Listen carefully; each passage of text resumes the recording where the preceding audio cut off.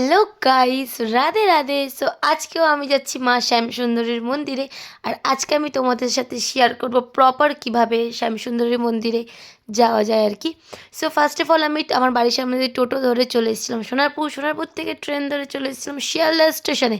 আর ওই দেখো আমার মণিমা ওই বগিতে, আর আমরা দুজন এই বগিতে কী করছিলাম জানো? ঢং করছিলাম, ঢং।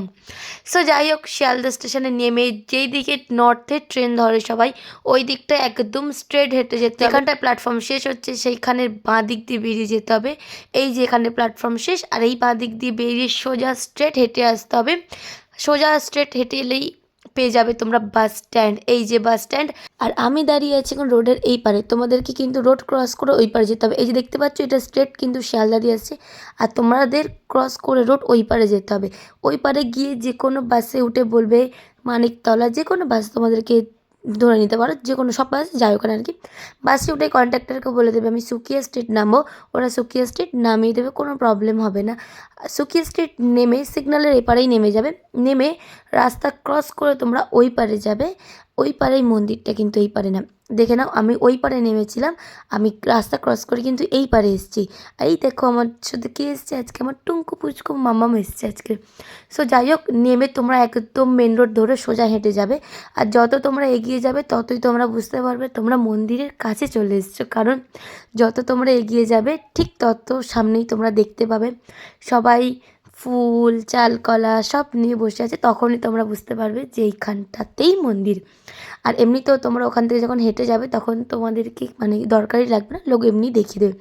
তারপরে এসে ডালা নিয়ে তোমরা এই গলির ভিতর ঢুকে যাবে। এখানে কিন্তু ডালা জমা না, এই যে আমরা এই গলিটার মধ্যে ঢুকেছি। আর এমনিতে ওখানে গেলে তোমাদেরকে এমনি দেখিয়েও দেবে, বলেও দেবে সবটা, কোনো প্রবলেম হবে না। আর এটা হচ্ছে ডালাঘর। এখানটায় ডালা এবং দক্ষিণা দিয়ে তোমরা মায়ের মন্দিরের দিকে এগিয়ে যাবে। একদম পাশেই মায়ের মন্দির।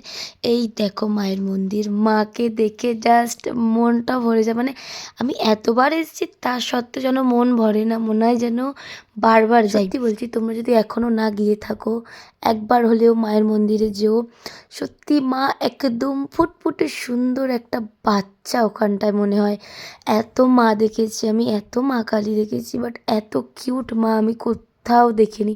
আর আমার দিদি ভিড়ের মধ্যে হারিয়ে গেছে, এত ছোটো মতো তো খুঁজেই পাওয়া যায় না।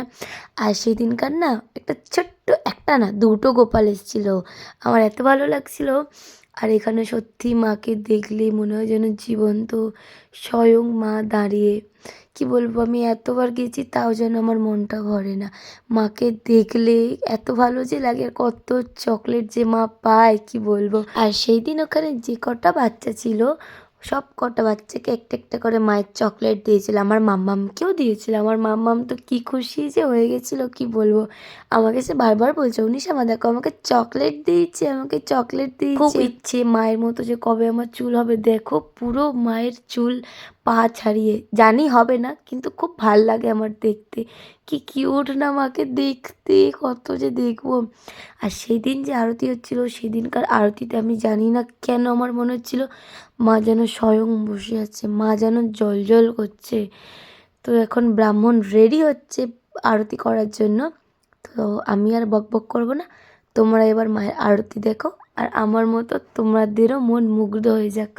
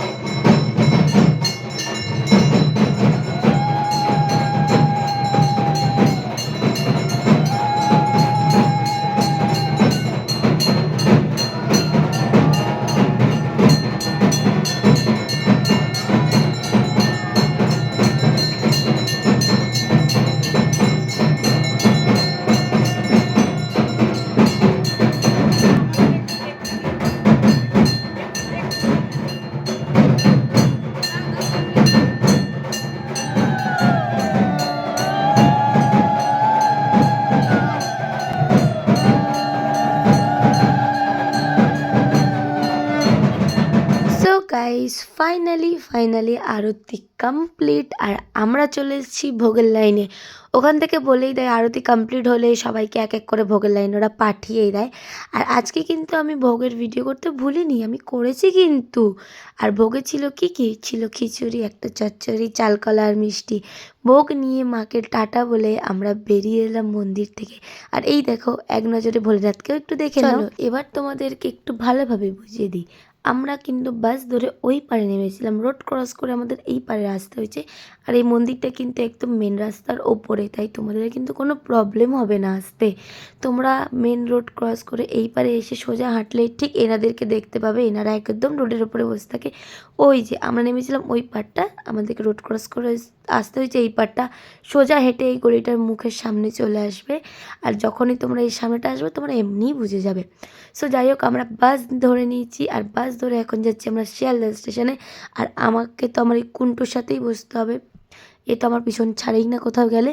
সো যাই হোক বাস থেকে নেমে গেছি। এখন আমি তোমাদেরকে আবারও বলছি, বাস থেকে কিন্তু তোমাদেরকে এই পারেই নামাবে, তোমাদেরকে ক্রস করে ওই পারেই যেতে হবে। বাস তোমাদেরকে যেই পারে নামাবে সেই পারেই কিন্তু শিয়ালদা স্টেশনের।